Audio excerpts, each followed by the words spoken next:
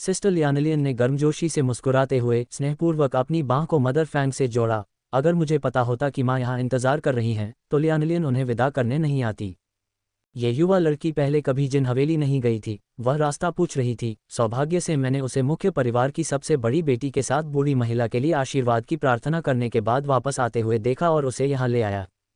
पता चला कि उसने गलत रास्ता अपना लिया था और यह सुनकर मदर फैंग की अभिव्यक्ति थोड़ी नरम पड़ गई। आखिरकार वह एक अनुभवहीन युवा लड़की थी, उसके लिए चीजें मुश्किल क्यों बनाई जाएं। रहने दो, अब जब तुम्हें रास्ता पता चल गया है तो अगली बार तुम्हें पहले आना चाहिए, है ना?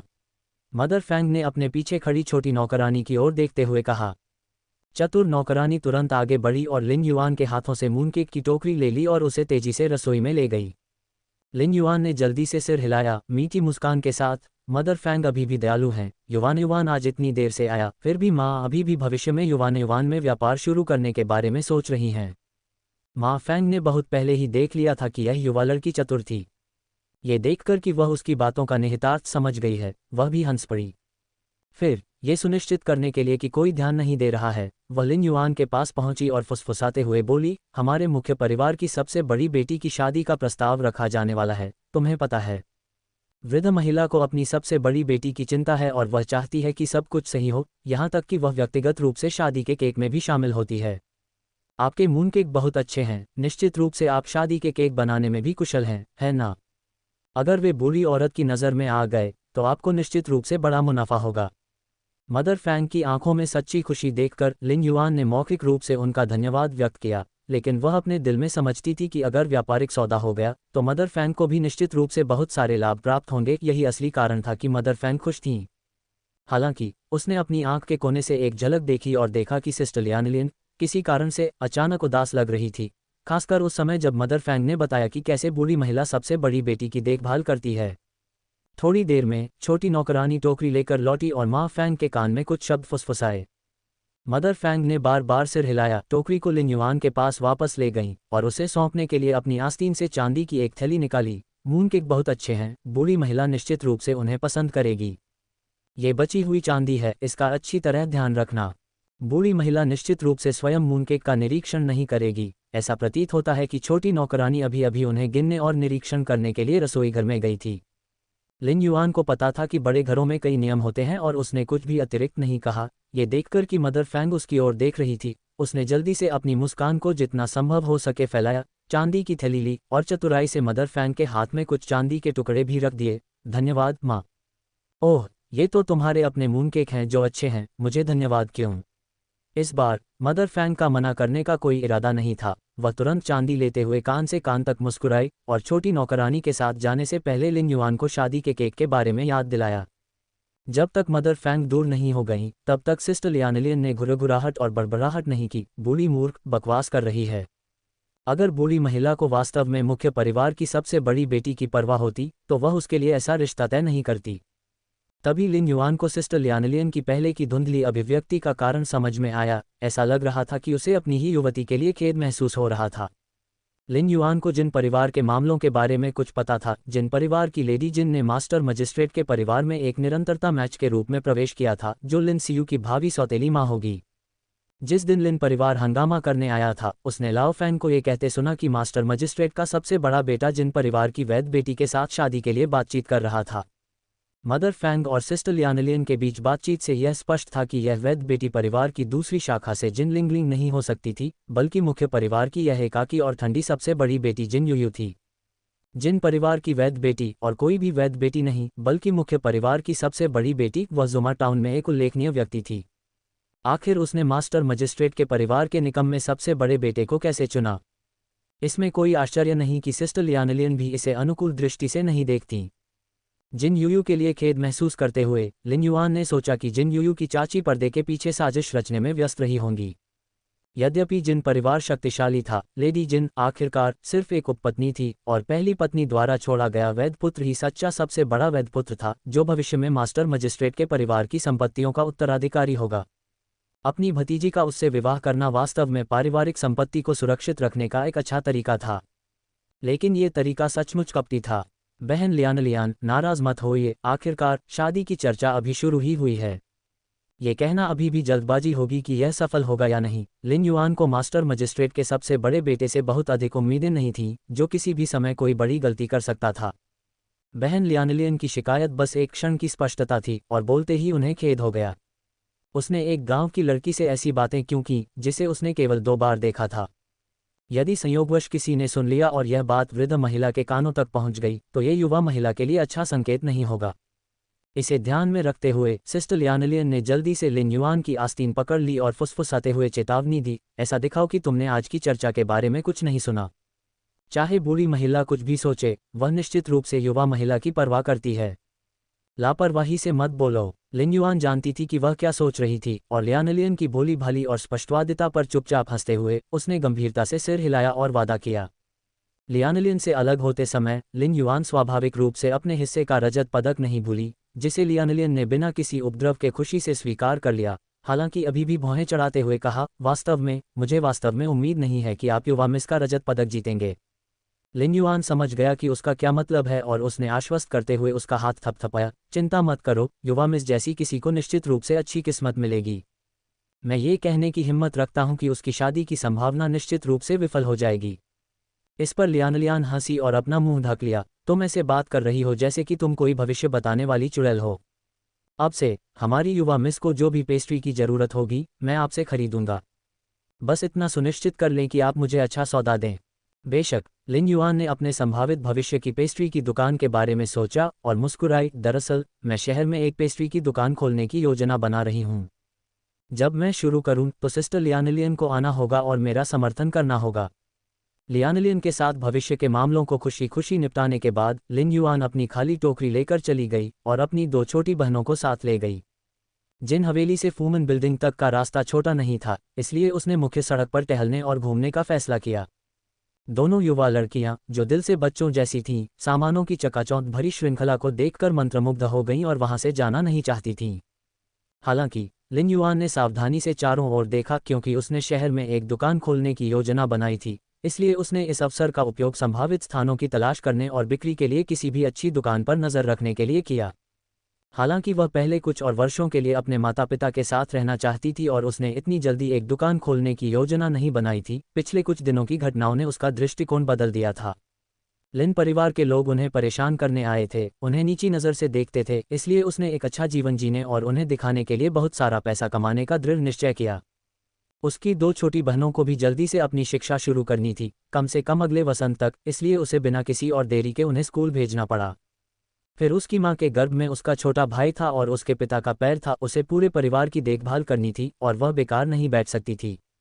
इसके अलावा एक बार उसकी दुकान खुल गई तो वह उसे चलाने के लिए एक भरोसेमंद व्यक्ति को रख सकती थी, ठीक टोफू की दुकान की तरह, जिससे वह तनाव मुक्त हो सके और खुद को अत्यधिक काम से बचा सके, है ना? वह मुख्य सड़क पर घूम चुकी थी, लेकिन उसे स्थानांतरण या बिक्री के लिए कोई दुकान नहीं मिली थी।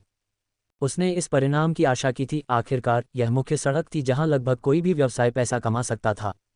जब तक किसी परिवार को कोई जरूरी काम न हो और उसे बेचने के लिए मजबूर न होना पड़े, तब तक बिक्री के लिए कोई दुकान मिलना दुर्लभ था।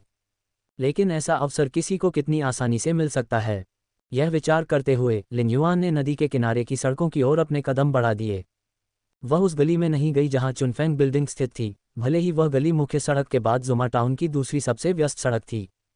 लेकिन अंदर ही अंदर उसका उस जगह के बहुत करीब जाने का कोई इरादा नहीं था। ऐसा नहीं था कि वह वेश्यालय की महिलाओं को नीची नज़र से देखती थी, बल्कि वह अपनी 2 छोटी बहनों के लिए चिंतित थी।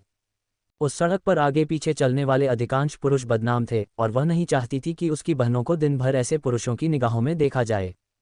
उन 2 सड़कों के अलावा ईस्ट स्ट्रीट ही एकमात्र ऐसी सड़क थी जो चहल पहल से भरी थी। लिन युआन ने ईस्ट स्ट्रीट के चारों ओर देखा और पाया कि अन्य 2 सड़कों की तुलना में वहां भीड़ कम थी, लेकिन सौभाग्य से वह चौड़ी थी और आसपास ज्यादा विक्रेता नहीं थे, जिससे दुकानों के लिए अच्छी स्थिति थी। इसके अलावा हालांकि सड़क पर ज्यादा भीड़ नहीं थी, फिर भी कुछ दुकानें थीं जहां खूब कारोबार हो रहा था। इन दुकानों के होने से ईस्ट स्ट्रीट पर संभवतः ग्राहकों की कमी नहीं होगी। एक चक्कर लगाने के बाद लिन युआन को एक सामान्य विचार आया। वहां एक कपड़े की दुकान और एक छोटी सी आभूषण की दुकान थी जो काफी अच्छी चल रही थी। उन्होंने उन दुकानों पर भी विशेष ध्यान दिया जिनके शीघ्र ही बंद होने के स्पष्ट संकेत थे, तथा उनके स्थान और नाम को मन ही मन लिख लिया।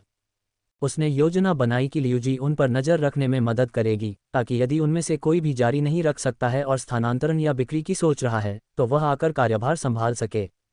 दुकानों की जांच करने के बाद लिन युआन ने देखा कि अभी भी समय है, और एक संपत्ति को देखने के लिए जिया झेंग के साथ अपनी नियुक्ति को याद करते हुए वह अपनी 2 छोटी बहनों को फूमन बिल्डिंग की ओर ले गई। 2 सड़कों को जल्दी जल्दी पार करने के बाद बहनों ने काफ़ी कुछ खरीद लिया था। उन्होंने ईस्ट स्ट्रीट स्थित आभूषण की दुकान का भी विशेष दौरा किया। दुकान की विशिष्टता स्पष्ट थी। दुकान में मौजूद प्रत्येक आभूषण को मालकिन ने स्वयं तैयार किया था, तथा मालकिन उन्हें तैयार करने में कुशल थी तथा ये सुनिश्चित करती थी कि प्रत्येक आभूषण अद्वितीय हो। लिन युआन बहनों ने लेडी लियू के लिए एक साधारण लेकिन उत्तम चांदी का हेयरपिन चुना। हेयरपिन को पकड़े हुए लिन युआन को अचानक वह याद आया जो ली फैंग ई ने पहना था जब वह पहली बार यहाँ आई थी। उस समय उनका परिवार गरीब था और उनकी मां ने गुजारा चलाने के लिए अपना दहेज गिरवी रख दिया था। अब उसके पास अंततः अपनी मां के लिए गहने खरीदने के लिए पर्याप्त पैसे थे। जब वह वापस आई तो उसे अपनी मां से गिरवी रखे टिकट भी लेने थे और देखना था कि उनसे कितनी वस्तुएं चुराई जा सकती हैं। वे उसकी दादी द्वारा उसकी मां को दिए गए विवाह के उपहार थे, जिनका असाधारण महत्व था और प्रत्येक वस्तु का महत्व था। बहनें लिन जियाक्सिन के लिए कुछ बधाईगिरी उपकरण खरीदने के लिए एक सामान्य सामान की दुकान पर भी गईं, लेकिन उन्हें समझ नहीं आ रहा था कि कौन सी वस्तुएं खरीदें, क्योंकि उनमें से किसी को भी इन चीज़ों की समझ नहीं थी। सौभाग्य से सामान्य सामान की दुकान से जियो मा लिन युआन से परिचित थे और उन्होंने कुछ व्यावहारिक वस्तुओं की सिफारिश की। लिन युआन ने उनकी उपयोगिता पर सवाल उठाने की जहमत नहीं उठाई और चांदी को आसानी से खर्च कर दिया। ये देखते हुए कि लिन चांगकिंग भी घर पर थी, अगर उसके पिता को उनकी आवश्यकता नहीं थी तो वह उन्हें लिन चांगकिंग को उपहार के रूप में दे सकती थी। आखिरकार वह बिना कुछ मांगे उनके लिए अथक परिश्रम कर रहा था और उसने महसूस किया कि कुछ प्रशंसा दिखाना उचित ही होगा। लेडी लियू वर्तमान में लिन वेई को कढ़ाई सिखा रही थीं और घर में धागे का उपयोग असाधारण दर पर हो रहा था, इसलिए लिन युआन को और अधिक तैयारी करने की आवश्यकता थी। इसके अलावा उसने उच्च गुणवत्ता वाले रेशम के कई स्पूल खरीदे, जिससे कढ़ाई विशेष रूप से चमकदार और सुंदर हो गई। हालांकि कीमत स्वाभाविक रूप से अधिक थी, जिससे लिन वेई को परेशानी हुई। जैसे ही लिन युआन ने चांदी से भुगतान किया, उसने उससे कहा, मैंने इसे तुम्हारे लिए खरीदा है क्योंकि यह महंगा है। इसका उद्देश्य आपको इन चीज़ों का मूल्य बताना है ताकि अगली बार आप और भी अधिक सावधानी से कढ़ाई का अभ्यास करें। कपड़े की दुकान की मालकिन एक बहुत ही सुंदर युवती थी जो अभी भी कुंवारी चोटी बांधे हुए थी, लेकिन उसकी उम्र के आधार पर उसकी शादी बहुत पहले हो जानी चाहिए थी। मौसानियांग ने लिन युआन को छुट्टे पैसे देते हुए जोर से हंसते हुए कहा, तुम्हारी बहन सही कह रही है। जब आप कोई महंगी चीज़ खरीदते हैं तो आप उसे खराब कढ़ाई करके बर्बाद नहीं करना चाहेंगे और स्वाभाविक रूप से आपकी कुशलता में सुधार होगा। ये देखकर कि लिन युआन साधारण कपड़े पहने हुए उच्च स्तरीय धागे खरीद रहा था, मौसानियांग, जो व्यवसाय में अनुभवी था, निश्चित रूप से एक संभावित वफादार ग्राहक को विकसित करने का मौका नहीं छोड़ेगा। युवा मिस, ऐसा लगता है कि आपने अभी अभी कढ़ाई सीखना शुरू किया है ना? मेरे पास कपड़े काटने से बचे हुए कुछ कपड़े के टुकड़े हैं। अगर आपको कोई आपत्ति न हो तो मैं उन्हें आपको दे दूंगा। कोई ऐसी अच्छी चीज़ें कैसे नहीं चाहेगा? लिन वेई की आंखें चमक उठीं। इससे पहले जब लेडी लियू उसे कढ़ाई सिखा रही थी तो उन्होंने घर से सफ़ेद सूती कपड़े का इस्तेमाल किया था, लेकिन चूंकि उन्होंने अभी सीखना शुरू किया था इसलिए उनका कौशल खराब था और उन्होंने बहुत सारा कपड़ा बर्बाद कर दिया। इस प्रकार वह किसी चीज़ पर कढ़ाई करती, फिर उसे अलग करती और दोबारा इस्तेमाल करती, लेकिन कई बार इस्तेमाल के बाद कपड़े में सुई के बहुत सारे छेद हो जाते और उसकी कढ़ाई का काम प्रभावित होता। सौभाग्यवश उसकी बड़ी बहन ने उसका साथ दिया। जब उसे यह पता चला तो उसने तुरंत लिन वेई को डांटा। यद्यपि बड़ी बहन पैसे कमा सकती थी, लिन वेई ने अपनी बहन की कठिनाइयों को प्रत्यक्ष रूप से देखा था और स्वाभाविक रूप से वह अपनी बहन को अपने शिल्प का अभ्यास करने के लिए नए कपड़े पर पैसा खर्च करने के लिए अनिच्छुक थी। ये देखकर कि लिन वेई को स्क्रैप पसंद आया, लिन युआन ने खुशी से उन्हें स्वीकार कर लिया। वह जानती थी कि मौसानियांग ने ऐसी सुविधा क्यों दी थी। मौसानियांग बहुत चतुर और मिलनसार थे और व्यापार के बारीक पहलुओं को अच्छी तरह जानते थे। इसके अलावा उसके सामान वास्तव में उच्च गुणवत्ता वाले थे और उनकी कीमतें भी किफ़ायती थीं, यहाँ तक कि उस दुकान से भी बेहतर जहाँ लियूजी उसे पहले कपड़ा खरीदने के लिए ले गई थी। अब से वह कपड़ा खरीदने के लिए यहीं आया करेगी। मौसानियांग ने अवशेषों को रखने के लिए विभिन्न कपड़ों के टुकड़ों से बने एक छोटे बैग का इस्तेमाल किया। सिलाई को देखकर यह स्पष्ट था कि मौसानियांग की अपनी कारीगरी बहुत अच्छी थी। उन टुकड़ों को अपनी टोकरी में पैक करने के बाद लिन युआन ने मौसानियांग से प्यार से कहा, अब से हम बॉस मो की दुकान से कपड़े खरीदने आएंगे। लिन युआन के शब्दों को सुनकर मौसानियांग ने खुशी से जवाब दिया, क्या बॉस मो? बस मुझे सिस्टर मो कहो। लिन युआन औपचारिकता निभाने वालों में से नहीं थी और उसने अपनी दो छोटी बहनों के साथ खुशी खुशी जाने से पहले उसे एक बार फिर सिस्टमो कहा। क्योंकि उन्होंने कुछ सामान खरीद लिया था, इसलिए जब वे तीनों फूमन बिल्डिंग पहुंचे तो लगभग दोपहर हो चुकी थी। आश्चर्य की बात नहीं कि फूमन बिल्डिंग में प्रवेश करने से पहले ही उन्होंने जिया झेंग का काला चेहरा देख लिया। लिन युआन हैरान था। ऐसा लगता था कि जिस दिन से उसने उसके द्वारा प्रस्तावित मकान को खुशी खुशी स्वीकार नहीं किया था, तब से यह युवा मालिक जब भी उसे देखता था, ऐसा लगता था मानो वह कर्ज वसूलने आया हो। हालांकि उसे याद नहीं आता था कि उसने कभी उससे कोई चांदी उधार ली हो। जैसे ही लियूजी ने लिन युआन बहनों को आते देखा, उसकी आंखें चमक उठीं। वह जल्दी से गया और उत्सुकता से लिन युआन के हाथों से टोकरी ले ली। हे भगवान, आप आ गए। यदि आपने और देर कर दी होती तो हमारे युवा मास्टर आपको वापस खींचने के लिए जिन हवेली पर हमला कर देते। वास्तव में अभी तो बस थोड़ी ही देर हुई है, लिन युआन ने मुंह बनाते हुए कहा, लेकिन चूंकि वह इधर उधर घूमते घूमते बहुत थक गई थी और उसे बहुत प्यास भी लगी थी, इसलिए उसने जिया झेंग के सामने कोई औपचारिकता नहीं निभाई और तुरंत उस मेज पर बैठ गई जहां जिया झेंग अपनी दोनों बहनों के साथ बैठा था। चूंकि दोपहर के भोजन का समय करीब था, हॉल पहले से ही कई भोजन करने वालों से भरा हुआ था और यह स्पष्ट था कि उनमें से कई लोग फूमन बिल्डिंग के नियमित ग्राहक थे जो जिया झेंग से अच्छी तरह परिचित थे। वे सभी आश्चर्य से अपनी आंखें चौड़ी कर लीं जब उन्होंने देखा कि तीनों बहनें जिस तरह के कपड़े पहने हुए थीं, वास्तव में फूमन बिल्डिंग के यंग मास्टर के साथ एक ही मेज पर बैठी थीं और अगले पल का बेसब्री से इंतजार कर रही थी जब जिया झेंग उन्हें बाहर निकाल देगा। हालांकि इसके बाद जो हुआ उससे वे और भी अधिक आश्चर्यचकित हो गए। जिया झेंग ने न केवल उन्हें बाहर निकाला, बल्कि उसने तीनों बहनों के लिए व्यक्तिगत रूप से एक एक कप चाय भी बनाई। प्रारंभिक आश्चर्य के बाद सभी दर्शक अचंभित हो गए और तीनों युवतियों की पहचान के बारे में अटकलें लगाने लगे। लिन युआन ने भोजन करने वालों की गपशप भरी निगाहों पर ध्यान नहीं दिया, क्योंकि वह जिया झेंग द्वारा दिए गए पानी के कप को पीने में व्यस्त थी। बहनें अक्सर घर पर एक दूसरे के लिए पानी डालती थीं, इसलिए उसे यह एहसास नहीं हुआ कि कुछ गड़बड़ है।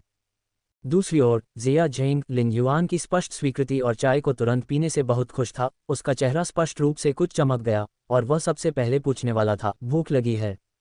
कुछ खाने को जी चाहता है? मैं शेफ से आप सभी के लिए कुछ खास बनवाऊंगा। पहले तो वह तुम्हारे लिए कहना चाहता था, लेकिन ये सोचकर कि उसकी दो छोटी बहनें सुंदरी को जीतने के उसके भावी प्रयासों में कितनी बड़ी मदद कर सकती हैं, उसने बिना किसी संकेत के सहजता से अपने शब्द बदल दिए। सच कहा जाए तो पूरी सुबह इधर उधर घूमने के बाद लिन युआन बहनें सचमुच कुछ भूखी थीं।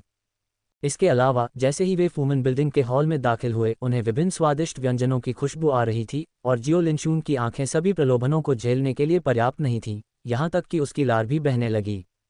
लेकिन लिन युआन का दोपहर के भोजन के लिए रुकने का कोई इरादा नहीं था। घर पर अभी भी लिन जियाक्सिन और लेडी लियू थे। लिन जियाक्सिन बिस्तर पर पड़ा था और अपने काम से बाहर नहीं निकल सकता था, और हालांकि लेडी लियू इन दिनों थोड़ा ठीक हो गई थी, लिन युआन नहीं चाहता था कि वह रसोई में जाए और तेल के धुएं को अंदर ले। नहीं, हमें जल्दी से घर देखना चाहिए ताकि जब अंकल लिन गांव लौटें तो हम बैलगाड़ी पकड़ सकें।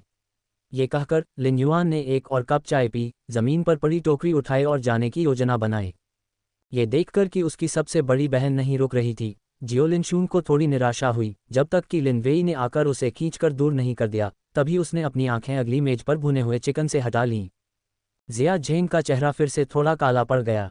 वह झल्लाया और लिन युआन की टोकरी छीनकर अपने पीछे रख ली। वह लिन युआन को तो नहीं जीत पाया, लेकिन फिर भी दो छोटे बच्चे तो थे ही, है न?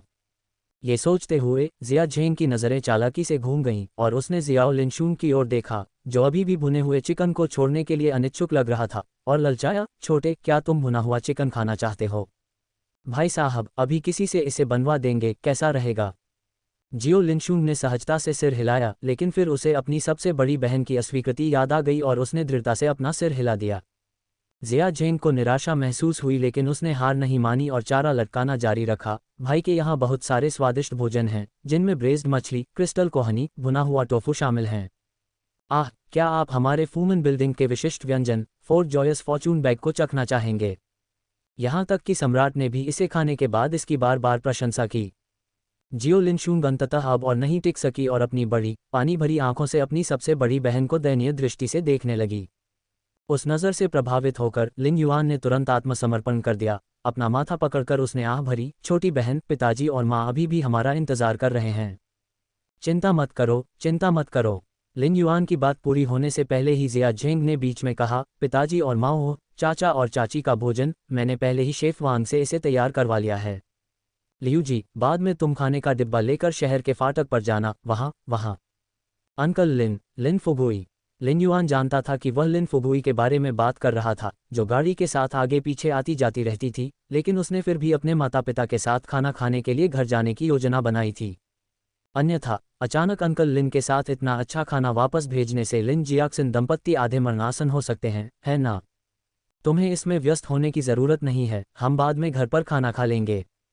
बहुत देर हो चुकी है। बॉस ने पहले ही रसोई से इसे तैयार करने को कह दिया था, 4 व्यंजन और एक सूप, साथ ही 2 भाग बंस।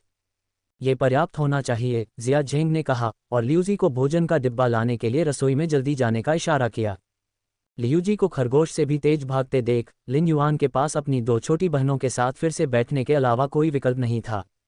लेकिन वे काफ़ी देर से अंदर थे, उन्होंने लाओ फैन को क्यों नहीं देखा? अरे बड़े भाई, दादाजी भगवान डॉक्टर कहाँ हैं?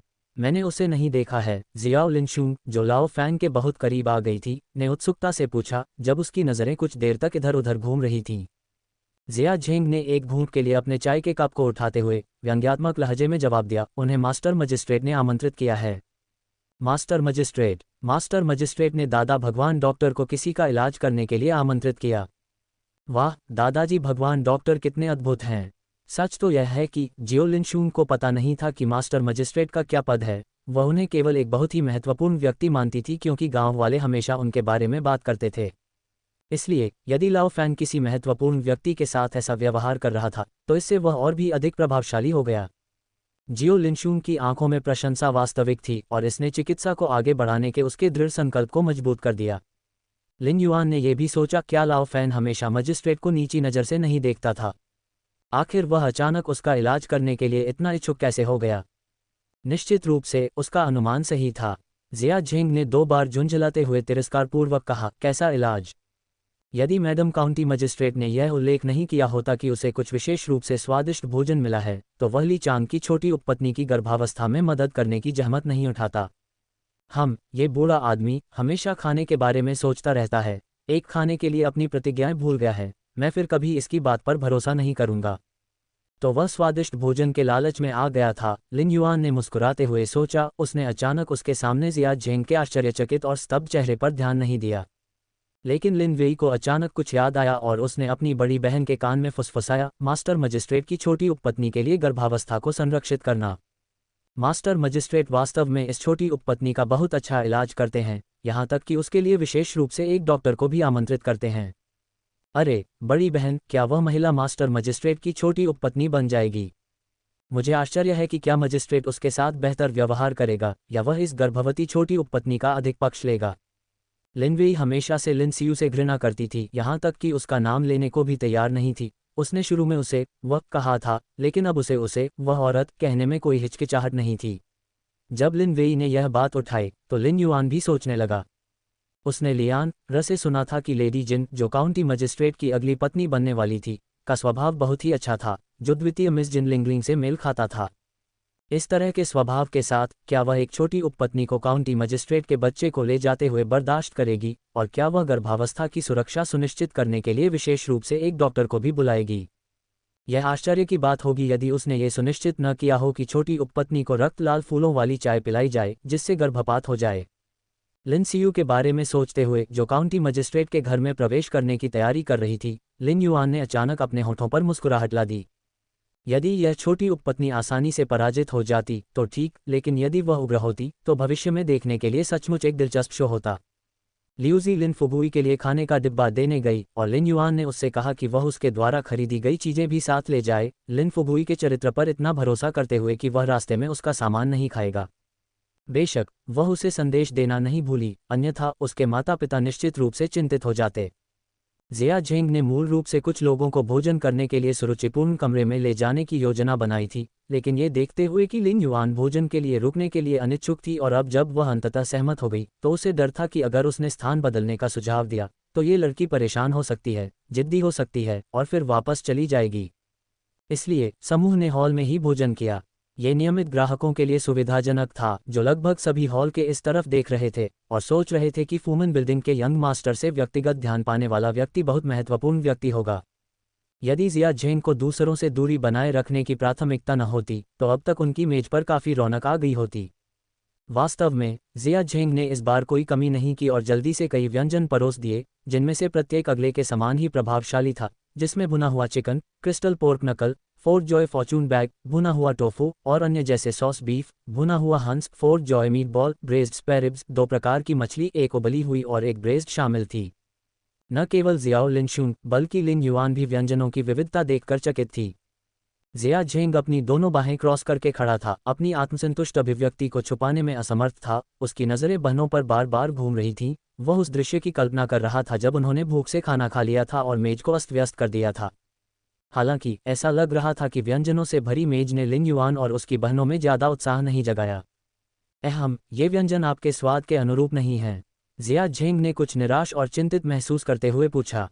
आखिर कौन ऐसा होगा जो उनके फूमन बिल्डिंग में आने के बाद वहां के भोजन की प्रशंसा नहीं करेगा? फिर तीनों बहनें इतनी उदास क्यों दिख रही थीं? लिन युआन इस समय इस बात पर विचार करने में व्यस्त थी कि व्यंजनों में कौन से मसाले इस्तेमाल किए गए हैं और क्या प्रक्रियाएं आवश्यक हैं। स्पष्ट रूप से उसका व्यावसायिक खतरा सामने आ रहा था। इस प्रकार उसने धीरे धीरे खाना खाया और जिया झेंग के सवाल पर ज्यादा ध्यान नहीं दिया। लिन वेई स्वाभाविक रूप से सहज स्वभाव के थे। जिया झेंग की यह बात सुनकर वह कुछ शर्मा गई और उसने अपना सिर ऊपर नहीं उठाया, बस धीरे से हिलाया और धीमी, मच्छर जैसी आवाज में कहा, नहीं, ये स्वादिष्ट है, बहुत स्वादिष्ट। आप इसे स्वादिष्ट कहते हैं, फिर भी आपने शायद ही कुछ खाया हो। जिया झेंग को स्पष्ट रूप से उसकी बात पर विश्वास नहीं हुआ और उसने जियाओ लिनशुन की ओर देखा, जो सबसे पहले व्यंजनों के प्रति आकर्षित हुआ था। जियाओ लिनशुन ने अभी अभी मापो टोफू का एक कौर निगला था और बुदबुदाया, ये टोफू मेरी बड़ी बहन के बनाए टोफू जितना स्वादिष्ट नहीं है। सभी खाने वाले जो ध्यान से देख रहे थे चौंक गए। जब से मापो टोफू बिक्री पर आया है तब से यह बहुत लोकप्रिय हो गया है, यहाँ तक कि फूमन बिल्डिंग के एक अन्य प्रमुख व्यंजन के रूप में यह फोर्ट जॉयस फॉर्चून बैग को भी टक्कर देने लगा है। लेकिन उस छोटे बच्चे ने अभी क्या कहा? क्या यह उसकी बड़ी बहन के खाने जितना स्वादिष्ट नहीं है? आखिर उसकी सबसे बड़ी बहन कौन थी और क्या वह संभवतः फूमन बिल्डिंग के शेफ वांग से आगे निकल सकती थी? कितना अहंकार! हालांकि जिया झेंग ने एक पल के लिए भी नहीं सोचा कि वह घमंडी हो रही है, क्योंकि उसने लिन युआन के खाना पकाने का स्वाद चखा था और कई दिनों तक साधारण मांस से भरे बंस के बारे में याद करना बंद नहीं कर सका था। यदि उनके शेफ लियू के पास ऐसे कौशल होते तो फूमन बिल्डिंग बहुत पहले ही पूरे दायोंग राजवंश में फैल गई होती और शायद पड़ोसी देशों पर भी विजय प्राप्त कर ली होती। अब उसे अंततः समझ में आ गया कि लिन युआन ने फूमन बिल्डिंग का मुख्य रसोइया बनने के उसके अनुरोध पर सहमति क्यों नहीं दी। अपनी चांदी के साथ और केवल कुछ साधारण व्यंजनों पर निर्भर करते हुए वह आसानी से फूमन बिल्डिंग को हरा सकती थी और पूरे देश पर विजय प्राप्त कर सकती थी। इस पर विचार करते हुए जिया झेंग की अपने सामने बैठी शांत और गरिमामयी महिला के प्रति प्रशंसा बढ़ गई। यदि पहले उसकी निकटता केवल उसकी पाककला कौशल के कारण थी, तो अब उसके प्रति सम्मान की भावना भी बढ़ रही थी। अरे, क्या तुम्हें अब भी याद है कि उस दिन तुमने क्या कहा था जब तुमने मेरा आयु फाड़ दिया था? लिन युआन को सिर झुकाए गहरी सोच में डूबे हुए देखकर जिया झेंग ने अपनी उंगली से उसकी बांह पर दबाव डाला और आंखें सिकोड़ते हुए पूछा। लिन युआन अंततः उस तली हुई मछली से वास्तविकता में वापस आ गई और उसे स्वाभाविक रूप से याद आया, ये वह लड़का था जिसने कहा था कि वह अपने पाक कौशल से कर्ज चुका देगा। उसे याद करते देख जिया झेंग अभी भी संतुष्ट नहीं था और पूछने से पहले एक बार फिर दोहराया, पाक कौशल के साथ चुकाना है ना? लिन युआन ने सिर हिलाया, ठीक है। जिया झेंग ने अपनी आंखों में खुशी छिपाई और लिन वेई से कहा जो अपना सिर नीचे करके खा रही थी, तुम दोनों सुनो, ठीक है। ये बात तुम्हारी बड़ी बहन ने खुद कही है, इसलिए जब मैं किसी दिन उससे तुम्हारी पाककला की कला सीखने आऊं तो तुम अपनी बात से पीछे मत हटना। मेरी बड़ी बहन उस तरह की व्यक्ति नहीं है। जियो लिनशुन ने अपनी नाक सिकुड़ते हुए दोहराया, ये सिर्फ पाक कौशल है। अगर मेरी बड़ी बहन कहती है कि वह देगी तो वह निश्चित रूप से देगी। उस समय लिन वेई अपनी बड़ी बहन का बचाव करने से खुद को रोक नहीं सकी। ये सही है, मेरी बड़ी बहन उन लोगों की तरह नहीं है। वे हमें पारिवारिक चांदी में से हमारा हिस्सा देते हैं और फिर तुरंत बाद उसे लेने वापस आ जाते हैं। दोनों को गवाह बनने के लिए इतनी आसानी से सहमत होते देख जिया झेंग के मुंह से खुशी के आंसू निकल आए। स्पष्ट रूप से लिन युआन को हमेशा ऐसा लगता था कि यह आदमी उसके लिए एक गड्ढा खोद रहा है, लेकिन वह नहीं जानती थी कि यह किस प्रकार का गड्ढा है। यह आदमी सचमुच चालाक था। जब वह लाओ फैन से बातचीत करके कुछ नहीं पा सका तो उसने आलू को चारा के रूप में इस्तेमाल किया और लाओ फैन को खोजने के लिए उसका पीछा किया, और उसे खोजने के बाद भी वह तुरंत दिखाई नहीं दिया, लेकिन रसोई में उसके द्वारा पकाए गए भोजन का स्वाद चखा। अब अचानक उसने फिर से ऋण नोट का मुद्दा उठाया। ये कहना मुश्किल था कि वह आगे क्या योजना बना रहा था। जैसे ही वह दूसरा प्रश्न पूछने के लिए अपना मुंह खोलने वाली थी, उसने दरवाजे पर लाओ फैंग की कर्कश आवाज़ सुनी, ये सब क्या है? आपने एक बूढ़े आदमी को फुसलाकर अपने पास बुलाया और उसे खाना नहीं दिया, ये कहते हुए कि मुझे पहले आपकी नब्ज देखनी है। तुमने मुझे एक निवाला खाने के बाद खाने नहीं दिया, कितना कंजूस भूत हो। हूँ, लड़की, तुम भी यहाँ क्यों हो? वाह वाह वाह, आप खाना खा रहे हैं, मैं भी खाना चाहता हूँ। इस किंग शेफ का कौशल नीचे जा रहा है, उसका खाना पकाना बदतर होता जा रहा है। पुतई पुतई, वास्तव में वह पुनर्तः भोजन प्रेमी था। एक क्षण वह शिकायत कर रहा था और अगले ही क्षण उसने विषय बदल दिया। लिन युआन ने अपना माथा पकड़ लिया, वह ये सब देखने में असमर्थ थी। हालांकि जिया झेंग गुस्से से लाल हो गया। वहां बहुत सारे ग्राहक थे और मालिक होने के नाते उनके अपने कर्मचारियों द्वारा उनकी इतनी खुलेआम आलोचना की जा रही थी, क्या भविष्य में फूमन बिल्डिंग में व्यवसाय होगा या नहीं। दादाजी भगवान डॉक्टर को भी यह स्वादिष्ट नहीं लगता। जियो लिनशुंग ने अपनी बड़ी आंखें झपकाईं और खिलखिलाकर हंसी। खैर, जाहिर है इसकी तुलना मेरी बड़ी बहन द्वारा बनाए गए भोजन से नहीं की जा सकती। लाओ फैन इससे सहमत थे। लिन युआन का खाना पकाने का कौशल कोई मजाक नहीं था।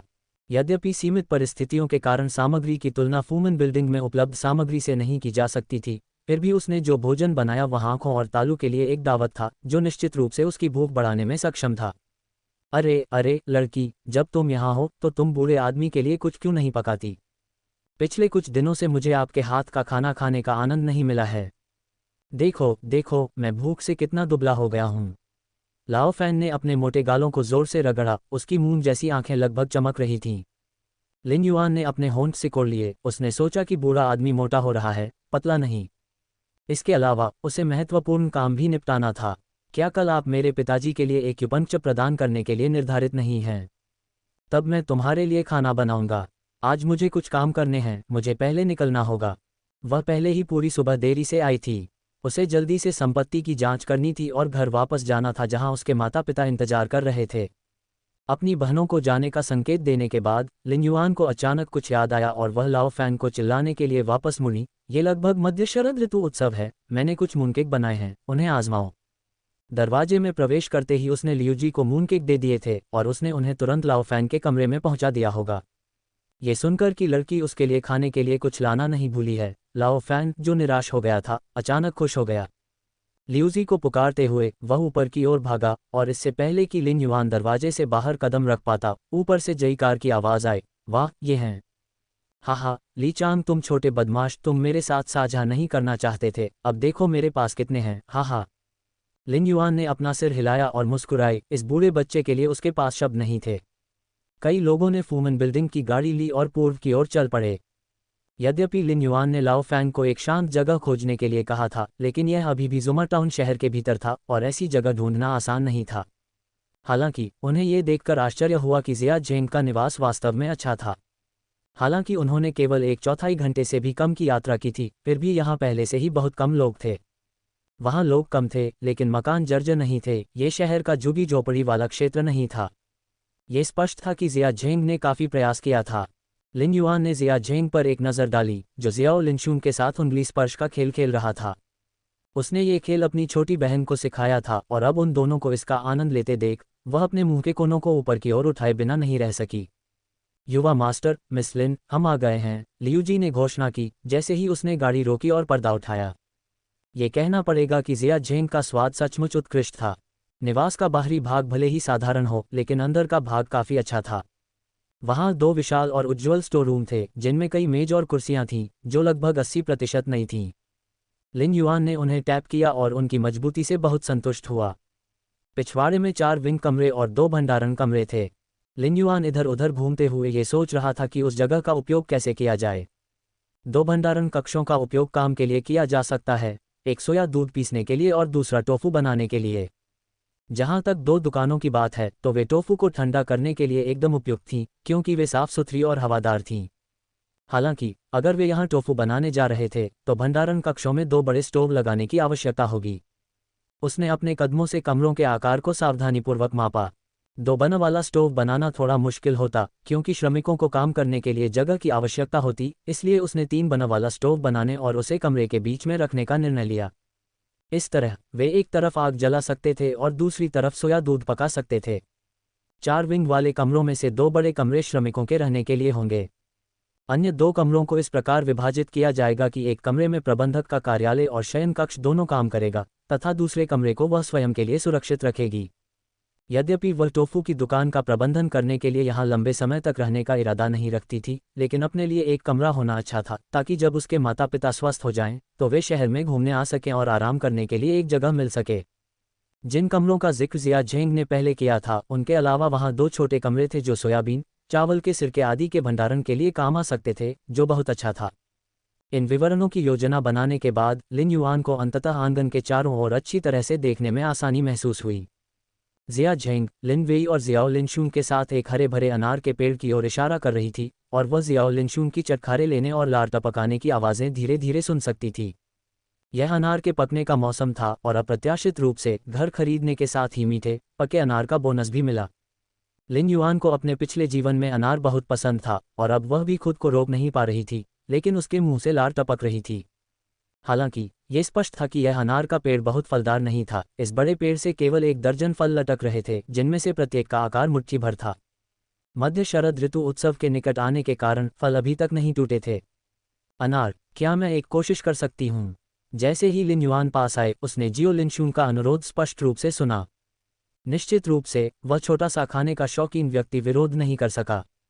चूंकि यह संपत्ति जिया झेंग ने लिन युआन के लिए उपहार के रूप में खरीदी थी, इसलिए अनार का पेड़ स्वाभाविक रूप से उसका था।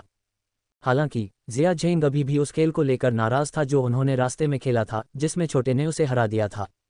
अपने हाथों को छाती पर रखकर और थोड़ी को ऊपर उठाकर वह आत्मसंतुष्ट भाव से ऐसा कह रहा था मानो कह रहा हो कि यदि तुम मुझसे विनती करोगे तो मैं तुम्हारे लिए एक चुन सकता हूँ। जियो लिनशुन को फलों तक पहुंचने में असमर्थ, फिर भी अनार के लिए उत्सुकता से तरसते हुए देखकर लिन युआन इसे सहन नहीं कर सका। उसने जिया झेंग को घूरा, जो अभी भी मुस्कुरा रहा था, और एक अनार तोड़ने के लिए आगे बढ़ा। हालांकि वह ज़्यादा लंबी नहीं थी और ऊपर लगे अच्छे फलों तक नहीं पहुंच पाती थी। काफ़ी आम थे, फिर भी क्योंकि उनकी पैदावार कम थी और लगभग हर अमीर परिवार ने उन्हें अपने पिछवाड़े के बगीचों में उगाया था, आम लोगों ने इस फल को उगाने की जहमत नहीं उठाई, क्योंकि न तो ये ज़्यादा पैसे में बिकता था और न ही भूख मिटाता था। इस प्रकार लिन वेई बहनों ने वास्तव में पहले कभी अनार का स्वाद नहीं चखा था। अरे, तुमने इसे क्यों चुना? यह मेरा अनार है। क्या तुमने नहीं कहा था कि तुम आवास नहीं चाहते हो?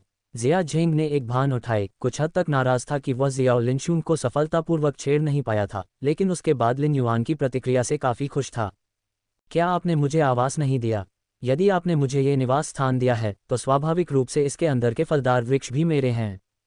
जियो लिनशुन को अपनी बड़ी बहन और अन्य लोगों के बीच होने वाले सूक्ष्म विवादों की परवाह नहीं थी, जब तक कि खाने के लिए स्वादिष्ट चीज़ें उपलब्ध थीं।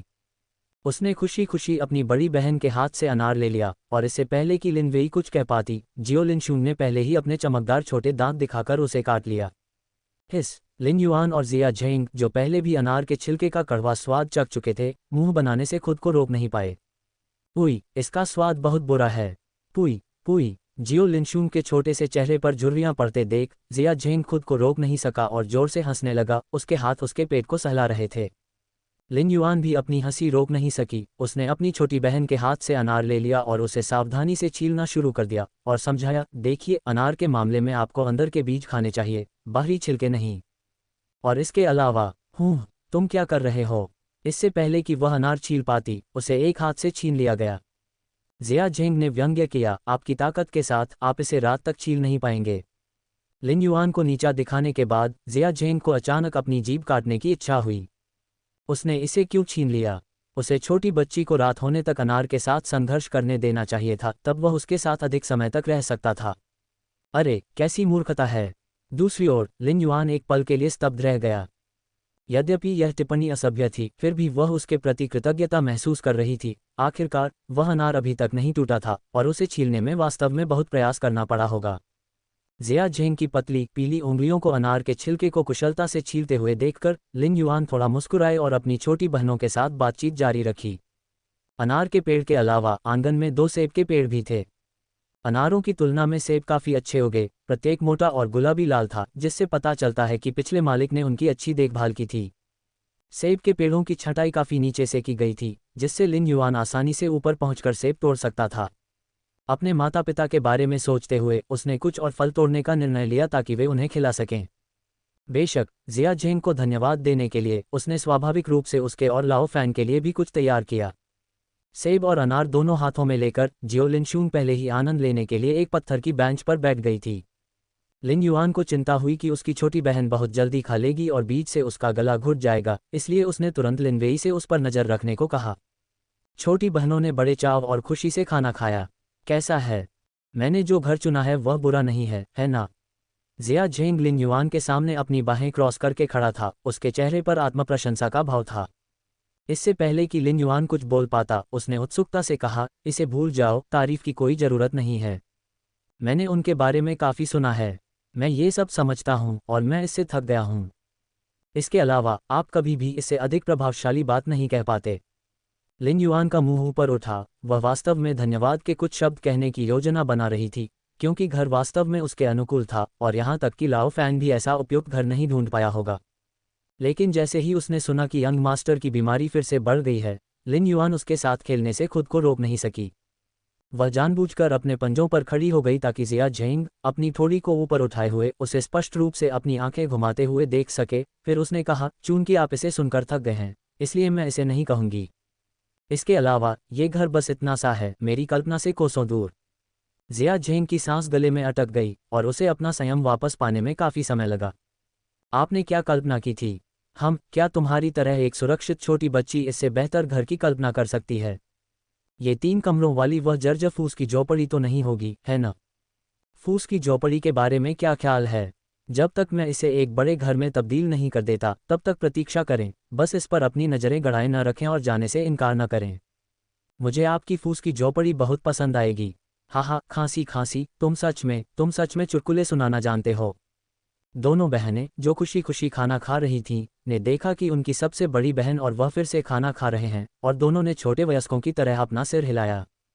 जियो लिनशुंग की नज़रें इधर उधर घूम गईं और अपने आधे खाए हुए सेब को पकड़े हुए वह तनाव कम करने के लिए अपनी सबसे बड़ी बहन के पास गई। सबसे बड़ी बहन, इसे आजमाओ, सेब और अनार एक साथ बहुत स्वादिष्ट होते हैं, ये बिल्कुल नया स्वाद है।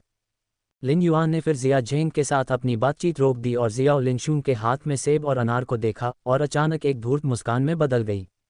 उसने सीधे चेहरे से कहा, हाँ, वास्तव में यदि सेब और अनार एक साथ उगते तो उन्हें एप्पल ग्रेनेड कहा जाता। यह एप्पल ग्रेनेड, जैसा कि आप देख रहे हैं, बाहर से सेब जैसा दिखता है, लेकिन जब आप इसे काटते हैं तो यह चमकीले लाल अनार के बीजों से भरा होता है और इन बीजों में कोई गुठली नहीं होती। इसे काटो और वाह, खट्टे और मीठे अनार के रस के साथ मिश्रित कुरकुरे सेब का छिलका, स्वाद, ओह, ये सचमुच दिव्य है। जियो लिनशुंग के मुंह में फिर से पानी आने लगा, और सिर्फ उसका ही नहीं, जिया झेंग भी अपना मुंह बंद नहीं कर सका। लेकिन यह वह स्वादिष्ट स्वाद नहीं था जिसकी उसे लालसा थी, ये तो लिन युआन द्वारा वर्णित एप्पल ग्रेनेड था। मैं ये एप्पल ग्रेनेड्स कहाँ पा सकता हूँ? आखिर मैंने उनके बारे में कभी क्यों नहीं सुना? क्या ये कोई नई किस्म है? ये चीज़ निश्चित रूप से बहुत सारे पैसों में बिकेगी, है ना?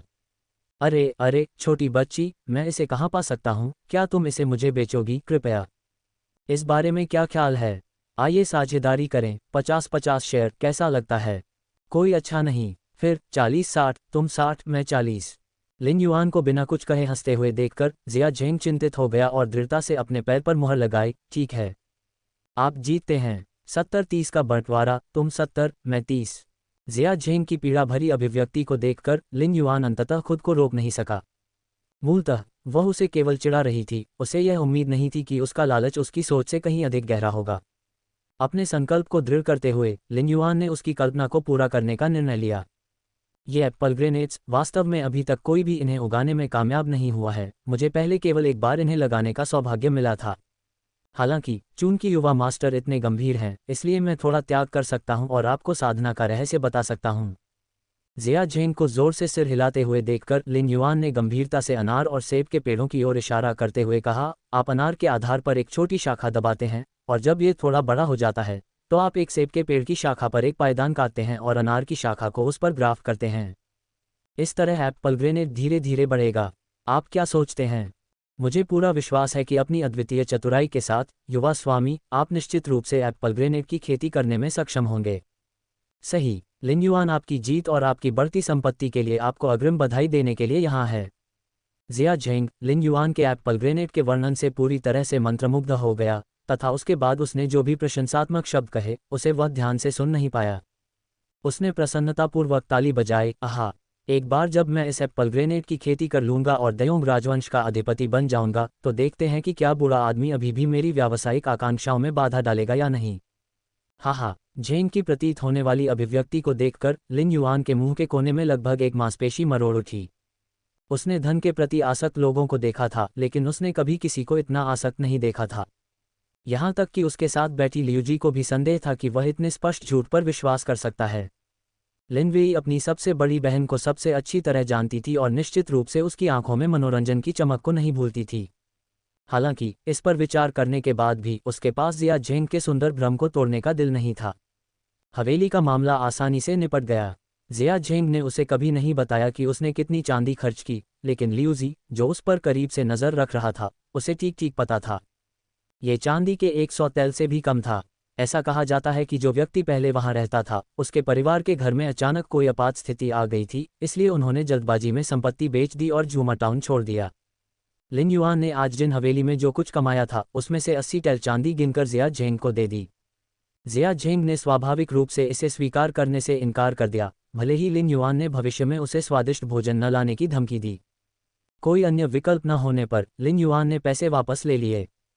हालांकि जिया झेंग ने कुछ आनंददायक सोचा था, उसकी ठोड़ी को सहलाते हुए और हंसते हुए, छोटी लड़की, तुमने मुझे गुओ शिलियू के बारे में भी बताया, ऐसा गुप्त खजाना, इसलिए अगर मैं तुम्हें एक हवेली देता हूं तो इससे क्या फर्क पड़ता है। इसमें बेझिझक रहो, आनंद लो।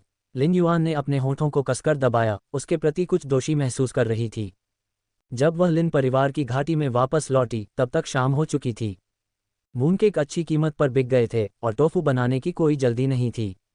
अगले 2 दिनों तक लिन युआन अंततः घर पर कुछ फुर्सत के पल बिता सका तथा मध्य शरद उत्सव के लिए परिवार के लिए भोजन तैयार कर सका।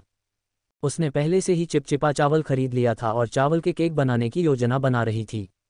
घर पहुंचने पर लिन युआन ने ग्लूटिनस चावल और सामान्य चावल को भिगोने के लिए बाहर निकाला और उस रात बाद में उन्हें चावल के दूध में पीसने का इरादा किया। लेकिन चूंकि उस दोपहर उसके पास करने के लिए कुछ नहीं था, लिन युआन आंगन में बैठ गई और उसने सीधे ही चिपचिपे चावल को पीसकर पाउडर बना लिया। उसने पारंपरिक नाश्ता, गधा रोलिंग, बनाने की योजना बनाई। अगर वह अभी से पीसना शुरू कर दे तो वे शाम तक इसे खा सकेंगे। डॉन की रोलिंग बनाने के लिए केवल चिपचिपा चावल ही पर्याप्त नहीं था, इसके लिए सोया आटा और लाल सेम पेस्ट की भी आवश्यकता थी, और ये दोनों ही चीज़ें उसके पास पहले से ही मौजूद थीं। पीसने के लिए ज़्यादा कुछ नहीं था, इसलिए उसने बड़ी पत्थर की चक्की का इस्तेमाल नहीं किया, एक छोटी चक्की ही काफ़ी थी। चूंकि कोई जल्दी नहीं थी, इसलिए तीनों बहनें बातें करते और हंसते हुए चावल पीसती रहीं। लेडी लियू मुख्य घर के प्रवेश द्वार पर बैठी थीं और अपनी बेटियों के लिए पस कढ़ाई कर रही थीं, जबकि लिन जियाक्सिन को भी लिन चांगकिंग धूप सेंकने के लिए बाहर ले आए थे। लाओ फैन की चेतावनी के साथ लिन युआन ने अपने पिता को अब हर समय कमरे में पड़े रहने की हिम्मत नहीं की। आखिरकार कान बहुत ठंडा था और उसके पैरों के ठीक होने के लिए अनुपयुक्त था। सौभाग्य से लिन इरशुवान से अच्छी खबर मिली। लकड़ी को जुमा टाउन में पहुंचा दिया गया था और अगले दिन लिन फुगुई द्वारा उसे वापस गांव में पहुंचाया जा सकता था। एक बार लकड़ी आ गई तो लिन युआन द्वारा डिजाइन की गई व्हीलचेयर और बैसाखियों का उत्पादन शुरू हो सकेगा। चूंकि उसके पिता अस्वस्थ थे और खुद काम नहीं कर सकते थे और लिन चांगकिंग ने अभी बधाईगिरी सीखना शुरू ही किया था, इसलिए स्वाभाविक रूप से उसने आंख मूंदकर इतना महत्वपूर्ण काम करने की हिम्मत नहीं की। लेकिन क्या लिन इरशुवान वहां नहीं था? जब से उन्हें व्हीलचेयर के अद्भुत आविष्कार के बारे में पता चला, तब से वे अपनी कुशलता दिखाने के लिए लकड़ी के आने का इंतजार कर रहे थे। लिन युआन ने 10 दिन ग्लूटिनस चावल को पीसकर एक बड़े कटोरे में ग्लूटिनस चावल का आटा बनाया। सुविधाजनक बात यह है कि गेहूं के आटे की तरह इस प्रकार के पाउडर को कीड़े नहीं लगेंगे और जब तक इसे सूखा रखा जाएगा तब तक इसमें फफूंद नहीं लगेगी। उसने चिपचिपा चावल का आटा एक बर्तन में डाला और उसे ढक्कन से बंद कर दिया। गधा रोलिंग बनाने के लिए सबसे पहले सोया आटा भूनना होगा। कच्चे सोया आटे का स्वाद कच्ची फलियों जैसा होता है जो खाने में अच्छा नहीं लगता, इसलिए इसे पकने तक एक बड़े बर्तन में भूनना पड़ता है। सोया आटा भूनने के बाद लिन युआन ने ग्लूटिनस चावल का आटा मिलाना शुरू किया। साधारण आटे को गूंथने की तरह, सिवाय इसके कि चिपचिपा चावल का आटा अधिक चिपचिपा होता है। यदि वह इसे सीधे गूंथती तो यह उसके हाथों में चिपक जाता और खाने के लिए पर्याप्त नहीं बचता। इसलिए वह आटे को धीरे धीरे मिलाने के लिए केवल चॉपस्टिक का ही उपयोग कर सकती थी। गूंथने के बाद उसने आटे को एक बड़े बर्तन में लगभग 15 मिनट तक पकाया, फिर उसे ठंडा होने के लिए अलग रख दिया। हालांकि ठंडा करते समय आटे की सतह को नम कपड़े से ढकना आवश्यक था, अन्यथा आटे की सतह सूख जाती और खाने योग्य नहीं रह जाती। क्योंकि चिपचिपा चावल का आटा चिपचिपा था, इसे रोल करने से पहले गूंधने वाले बोर्ड पर भुना हुआ सोया आटा की एक परत छिड़कना आवश्यक था और फिर धीरे से आटा रोल करें। आवश्यकतानुसार चिपचिपे स्थानों पर अधिक सोया आटा छिड़कें। इससे आटा बेलन पर चिपकने से बच गया। एक बार जब आटे को एक चपटी डिस्क में रोल कर दिया गया तो लाल सेम का पेस्ट समान रूप से ऊपर फैला दिया गया और फिर इसे धीरे धीरे एक लंबे लॉग में रोल किया गया। और फिर सबसे महत्वपूर्ण क्षण आ गया, इसे केवल चाकू से छोटे छोटे टुकड़ों में काटने की जरूरत थी और काम पूरा हो गया। लिन युआन ने ग्लूटिनस चावल के कटे हुए रोल को एक प्लेट पर रखा और सजावट के लिए ऊपर सोया आटे की एक और परत छिड़की और फिर उसे सभी के चखने के लिए मुख्य कमरे में ले आए। जियो लिनशुन बेसब्री से इंतजार कर रही थी और अगर उसकी बड़ी बहन ने उसे रसोई से दूर रहने का सख्त आदेश न दिया होता तो शायद अब तक वह कई टुकड़े खा चुकी होती। नर्म सफ़ेद रोल को देखते हुए जियो लिनशुन ने जल्दी से एक को पकड़ लिया, अपने मोती जैसे सफ़ेद दांतों से काट लिया और पाया कि वे एक साथ चिपके हुए हैं। लेडी लियू अपनी भोली और प्यारी बेटी को देखकर इतनी जोर से हंस पड़ी कि उसकी आंखों में आंसू आ गए। लेकिन ईमानदारी से कहें तो परिवार की सबसे बड़ी बेटी की पाककला कौशल में लगातार सुधार हो रहा था और उसकी रचनात्मकता भी बढ़ रही थी। इसमें कोई आश्चर्य नहीं था कि वह अपनी पेस्ट्री की दुकान खोलना चाहती थी। उन मून केक्स को छोड़कर ये नर्म चिपचिपे रोल निश्चित रूप से शहर में हर किसी का ध्यान आकर्षित करेंगे। और कौन इतनी स्वादिष्ट पेस्ट्री बना सकता है? लिन जियाक्सिन और उनकी पत्नी ने पेस्ट्री का आनंद लिया और साथ ही अपनी बेटी के साथ पेस्ट्री की दुकान के लिए विभिन्न किस्मों पर चर्चा की। इस बारे में बात करते हुए लिन युआन के मन में एक विचार आया। मूनकेक स्वाभाविक रूप से सूची में थे, साथ ही ये गधा रोल भी, जो कई अलग अलग स्वादों में बनाए जा सकते थे। इसके अलावा अन्य स्नैक्स भी थे, जैसे बिल्ली के कान, तिल के स्लैपस्टिक्स और पहले से बने पॉपकॉर्न। ये सभी पेस्ट्री की दुकान का मुख्य आकर्षण बन सकते थे क्योंकि ये सभी चीज़ें अन्यत्र नहीं देखी जाती थीं। जब वे बात कर रहे थे तो जियाओ लिनशुन ने अंततः अपने दांतों को चिपचिपे चावल के गोले से मुक्त कर लिया। जैसे ही उसने पूछा कि इसका नाम क्या है, वह खुद को दूसरा निवाला खाने से नहीं रोक सकी और उसके दांत फिर से चिपक गए। लिन युआन मूल रूप से गधे के रोल को अधिक सुंदर नाम देना चाहती थी, लेकिन इस पर विचार करने के बाद उसने महसूस किया कि मूल नाम लोकप्रिय और आकर्षक था, जो लोगों द्वारा आसानी से याद रखा जा सकेगा। इसे गधा रोल कहा जाता है, उसने समझाया। कौन सा रोल? ये नाम सुनकर लिन जियाक्सिन और उसकी पत्नी का गला लगभग भर आया और यहाँ तक कि आमतौर पर चुप रहने वाली लिन वेई की आंखें भी अविश्वास से चौड़ी हो गईं जब उसने अपनी बड़ी बहन को देखा।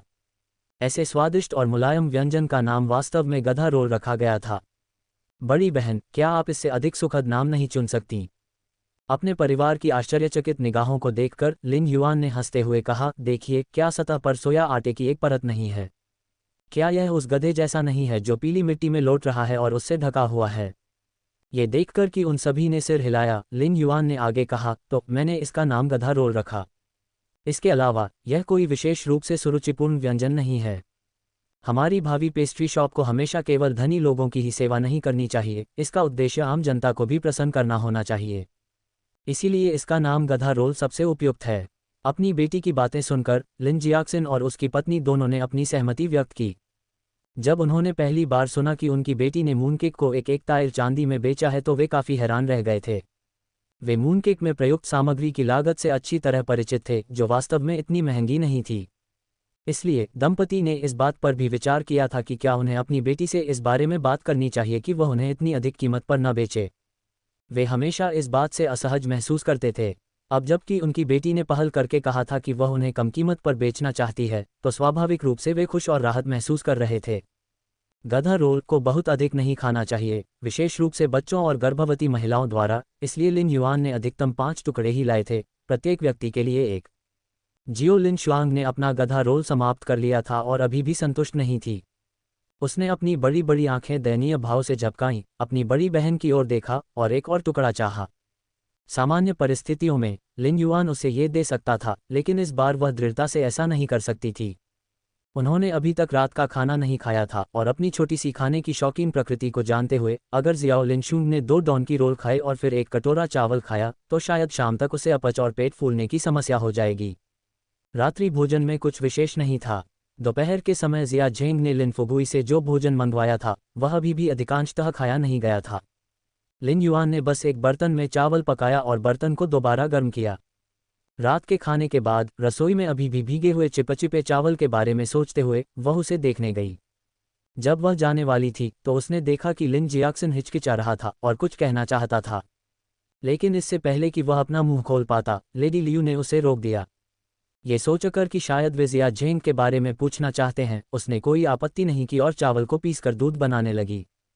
चावल का दूध पीसने के बाद सोने का समय हो गया।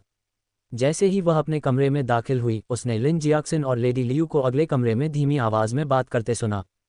लिन जियाक्सिन के पहले के असामान्य व्यवहार को याद करते हुए लिन युआन चुपचाप दीवार के कोने पर गया और उसकी बातें सुनने लगा। सबसे पहले लिन जियाक्सिन ने 2 बार आह भरी। लेडी लियू अंततः कोमल हृदय की थी और उन्होंने भी परेशान होकर आह भरी, पति, मैं आपकी आलोचना नहीं कर रही हूँ, लेकिन अगर पिता और माँ मेरे साथ इस तरह से व्यवहार करते हैं तो ये ठीक है। मैं सिर्फ एक बहू हूँ, एक बाहरी व्यक्ति हूँ। मैंने कभी नहीं कहा कि तुम बाहरी हो। लिन जियाक्सिन की आवाज़ दृढ़ थी। लिन युआन स्वाभाविक रूप से अपने माता पिता के बीच स्नेह में विश्वास करती थी, अन्यथा उसके पिता ने उसकी माँ की खातिर घर से बाहर रहने का अनुरोध नहीं किया होता। हालांकि ऐसा लग रहा था कि उनकी बातचीत परिवार के दूसरे पक्ष से संबंधित होगी। लेडी लियू की आवाज़ फिर ऊंची हो गई, मुझे पता है, लेकिन पिता और माता ऐसा नहीं सोचते और वे अपनी पोती से भी प्यार नहीं करते, यहाँ तक कि वे लोगों को हमारे दरवाजे पर ले जाकर उसे सुअर के पिंजरे में डालने की मांग करते हैं।